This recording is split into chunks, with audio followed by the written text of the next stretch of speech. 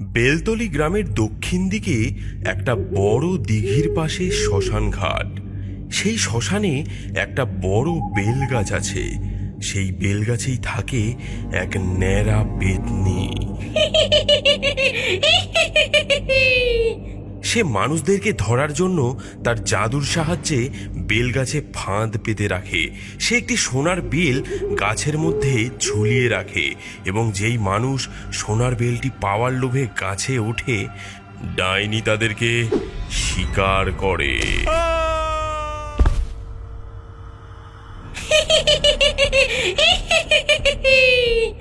যারা যারা এই সোনার বেলটা চুরি করতে আসবে, আমি তাদের চুলের মুঠি ধরে গাছের ডালে বসে তাদের মাথা ন্যাড়া করে দেব।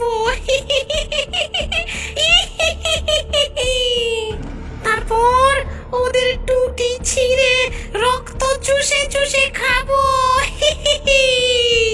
আহা, খুব মজা হবে।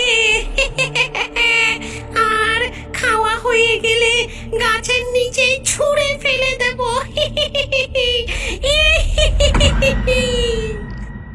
একদিন রাতের বেলায় কয়েকজন লোক শ্মশানে এলো একটা মরা পোড়াতে। বলহরি হরি বল, বলহরি হরি বল, বলহরি হরি বল, বলহরি হরি বল।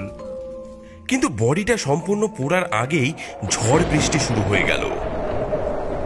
আরে আরে এই রে, ঝড় বৃষ্টি শুরু হয়ে গেল রে। আরে চল চল চল চল চল, পালাই সবাই, চল। সব লোকজনই বডিটা ফেলে পালালো। শুধু একজন বলল, উফ, কি ঝড় রে বাবা রে! এই ঝড়ের মধ্যে বাড়ি ফিরতে পারবো? তার উপর আবার মুষলধারে বৃষ্টি। একটু আশেপাশে কোথাও দাঁড়িয়ে যাই। হ্যাঁ, ওই তো বেল গাছ। ওই বেল গাছের তলায় দাঁড়িয়ে একটু অপেক্ষা করি। হ্যাঁ, বৃষ্টি কমলে বাড়ি যাওয়া যাবে খন। হ্যাঁ।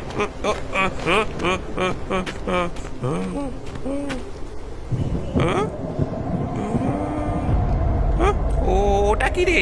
হ্যাঁ, বেল গাছটায় একটা বড় সোনার বেল ঝুলছে দেখছি।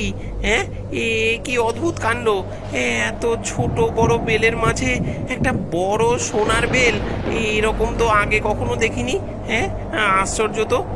যাই, আগে চারপাশটা দেখে নি। এই বৃষ্টিতে আমি ছাড়া আর তো কেউ দেখছে না। হ্যাঁ, না, কেউ দেখছে না। হ্যাঁ, যাই এবার গাছের উপর উঠে বেলটা পেরে আনি।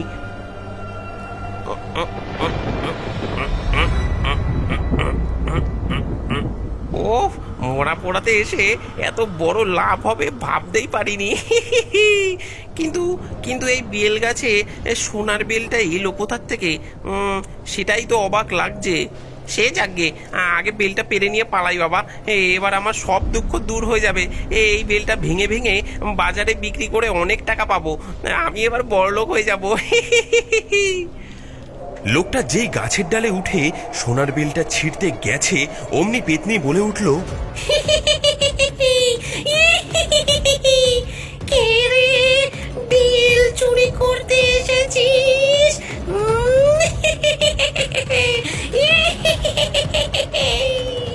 হ্যাঁ, ওরে ওরে, এটা আবার কে রে?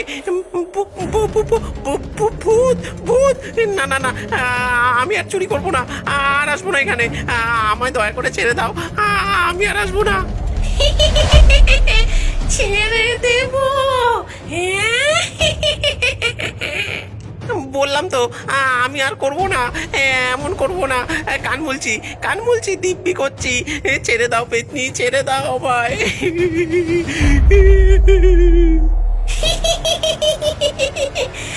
আমি তোকে ছাড়বো না। তুই আমার সোনার বেল চুরি করতে এসেছিস, তোকে তো শাস্তি পেতেই হবে। ঘেজ ঘেজ করে কাটবো চুল, করবো তোকে নেড়া। অত বেশি নড়িস না, একটু শান্ত হয়ে দাঁড়া।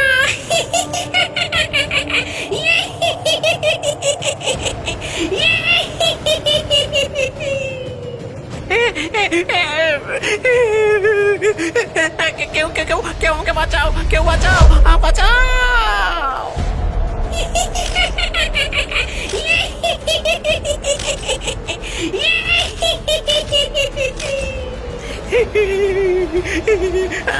আমায় আমায় এমন ন্যাড়া করলে কেন?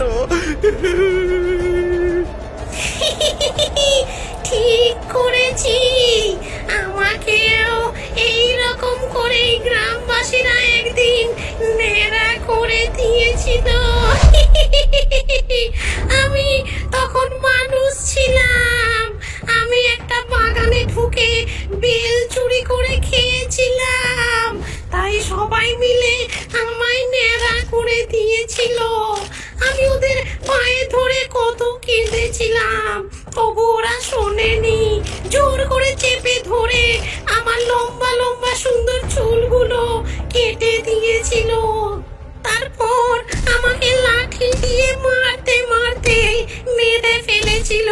তখন থেকে শ্মশানের সামনে ওই বেল গাছটায় আমি থাকি। তাই এখন আমি প্রতিশোধ নিতে চাই, যে আমার এই সোনার বেল চুরি করতে আসে তার আমি টুটি ছিঁড়ে রক্ত খাই।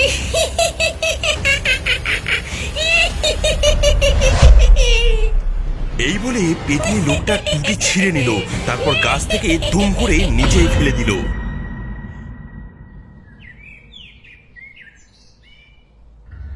পরদিন সকালে সবাই ভিড় করে দেখলো একটা ন্যাড়া লোক গাছের নিচে পড়ে আছে। এইভাবে একের পর এক লোক সোনার বেল চুরি করতে গিয়ে মারা যেতে লাগলো। গ্রামের লোকজনের মুখে মুখে এই কথা রটে গেল, তাই মানুষ আর ওই শ্মশান ঘাটের বেলগাছের ধারে কাছেও আসে না। কদিন পর বিশ্বকর্মা পুজোর দিন সবাই ঘুড়ি উড়াচ্ছে। দূর থেকে গাছে বসে বসে পেতনি ওদের ঘুড়ি ওড়ানো দেখছিল। হঠাৎ তার মাথায় দুষ্টু বুদ্ধি খেলে গেল। সে তার জাদু দিয়ে আকাশের সব ঘুড়িগুলোকে তার গাছে আটকে দিল। আরে দাঁড়া, আমি ঘুড়িগুলো পেরে আনি বেলগাছ থেকে। না না, ছেড়ে দে, যেতে হবে না। শুনেছি ওই গাছে নাকি পেতনি থাকে। আরে ধুর, যত সব ফালতু কথা। আমি এখন গাছে উঠে ঘুড়িগুলো নিয়ে আসি, দাঁড়া।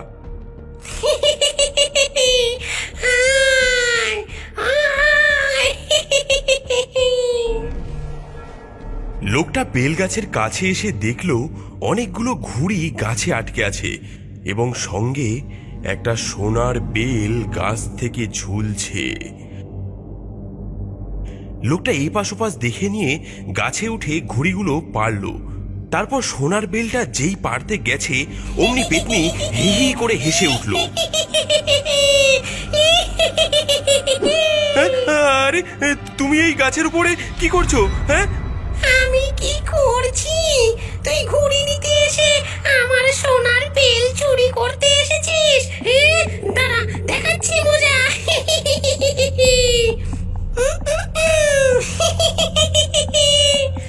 তারপর লোকটার হাত থেকে ঘুড়িগুলো আবার উড়িয়ে দিল।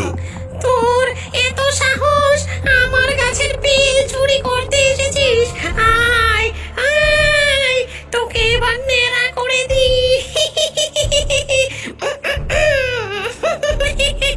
না না, আমায় নেড়া করো না। না না, আমার ভুল হয়ে গেছে পেতনি, দয়া করে আমাকে ছেড়ে দাও।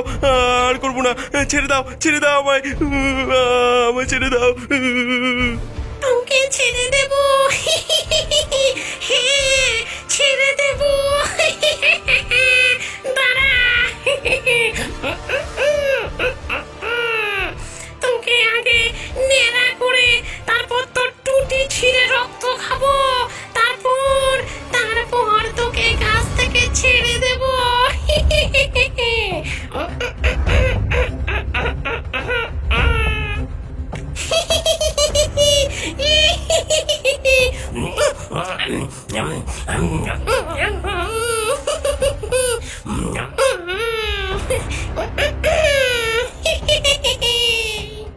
এদিকে ঘুড়ি পাড়তে আসা লোকটার ফিরতে দেরি হচ্ছে দেখে তার বন্ধুরা তাকে খুঁজতে আসলো এবং তারা এসে দেখলো বেলগাছের নিচে তার মৃতদেহ পড়ে রয়েছে। এই দেখে সবাই দৌড়ে পালালো। একদিন দুপুরে ভোম্বল গোয়েন্দা গল্পের বই পড়ছিল। তখন ওর বন্ধু জগা আর রানী এসে বলল, ভম্বল চল, আমরা ওই শ্মশান ঘাটের বেল গাছটার কাছে যাই। ওখানে নাকি একটা সোনার বেল আছে, চল আমরা দেখে আসি। হ্যাঁ চল চল দেখতে যাব।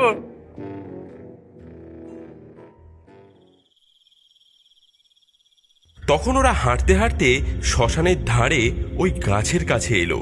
দূর থেকে পেতনি ভম্বল আর ওর বন্ধুদেরকে দেখতে পেল। তারপর ভাবলো, যাই ওদের সাথে একটু মজা করে আসি, আজ একটু অন্যরকম ভাবে শিকার ধরবো। তারপর পেতনি একটা লোকের রূপ ধরে গাছের একটু দূরে বসে থাকলো। হাঁটতে হাঁটতে তিনজন গাছের কাছে এলো। কই রে, কোথায় সোনার বেল? সবই তো একই রকম বেল দেখছি। ভম্বল আর ওর বন্ধুদের কথা শুনতে পেয়ে ওই লোকটা বলল, আরে ও খোকা, আরে ও খোকা খুকি, তোমরা এখানে কি করছো? এই জগা, এই লোকটাকে আমরা সোনার বেলের কথা বলবো না। যদি ইনি আমাদের আগে সেই বেল পেয়ে যায়। আমরা এখানে গাছের বেল দেখতে এসেছি। ও, তা বেল দেখতে এসেছো? তোমাদের বাড়ির ওইদিকে বেল গাছ নেই বুঝি? হ্যাঁ আছে, কিন্তু সোনার বেল হয় না।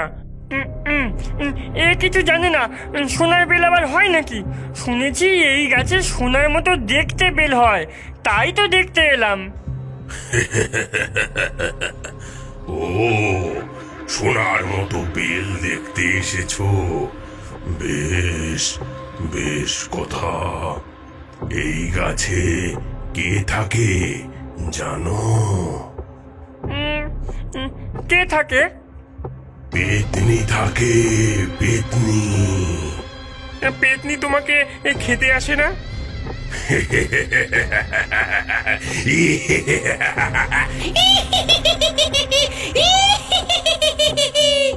লোকটার এমন ভয়ঙ্কর হাসি শুনে ওরা তিনজনেই সেখান থেকে ভয়ে পালিয়ে যেতে লাগলো। তখন সেই পেতনি লোকটার খোলস ছেড়ে একটা বড় বেল হয়ে গেল এবং সেই বেলটা গড়াতে গড়াতে তিনজনের পেছনে যেতে লাগলো। ওদের ওভারটেক করার জন্য বেলটা মাঝে মাঝে উড়ে উড়ে যেতে লাগলো। তারপর ভম্বলদের থেকে এগিয়ে গেল। দেখ দেখ, ওই বেলটা কেমন গড়িয়ে গড়িয়ে যাচ্ছে, দেখ। ওই গাছটা থেকে ছিঁড়ে পড়ে গেছে বলে মনে হয়। তাড়াতাড়ি পালা। হ্যাঁ রে, ঠিক বলেছিস। কেমন কেমন ফুটবলের মতন সাইজ, তাই না?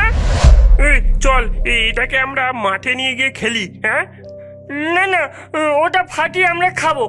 চল। হ্যাঁ, আজ আমরা বেলের শরবত খাবো। কি মজা, কি মজা। কিংবা এটা দিয়ে আমরা ফুটবল খেলবো। এই বলে তারা এগিয়ে যায় বেলটা তুলবে বলে, কিন্তু তারা সেটি তুলতে পারে না। ওরে বাবা, খুব ভারী রে, তোলা যাচ্ছে না। জগারে, হেল্প কর। আরে পারছি না রে। এদিকে পেতনি তো বেলের ভেতরে বসে ভালোই মজা পায়।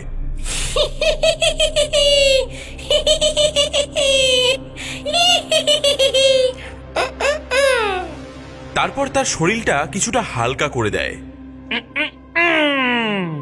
দেখ আমার কত শক্তি।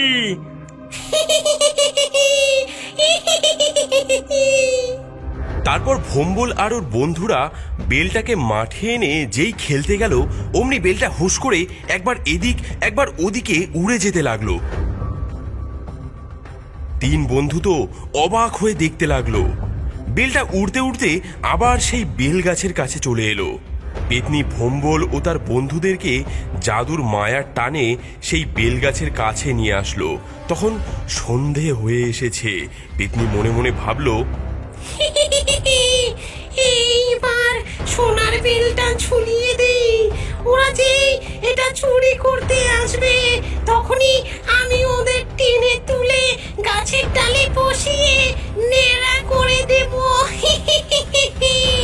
তারপর টুটি ছিঁড়ে রক্ত চুষে খাবো। ঠিক সেই সময় কয়েকজন শ্মশানে মরা পোড়াতে এসেছিল। তাদের মধ্যে 2-3 জন ভোম্বলের বাবার বন্ধু। তারা ভোম্বলকে এই সন্ধেবেলায় শ্মশানে দেখে ধমক দিয়ে বললেন, এই তোরা সন্ধ্যাবেলা শ্মশানের সামনে কি করছিস? যা এখনই বাড়ি যা। ধমক শুনে ভোম্বল আর ওর বন্ধুদের সম্মতি ফিরল। তখন তারা দেখল সত্যি তো তারা এই সন্ধেবেলায় এই শ্মশানে চলে এসেছে। ওরে এই গাছে পেতনি থাকে তো, চল চল পালাই। 3 জন তখন খুব জোরে দৌড়াতে লাগলো। পেতনি তখন বলতে লাগলো, তোদের আমি পালাতে দেব না, তোরা আমার শিকার। ওরে ওরে দাঁড়া, তোদের রক্ত খাবো আমি। এই বলে পেতনি তার 3টে লম্বা লম্বা হাত বার করে 3 জনাকে টেনে নিয়ে তার সেই বেল গাছের উপরে তুলে নিল।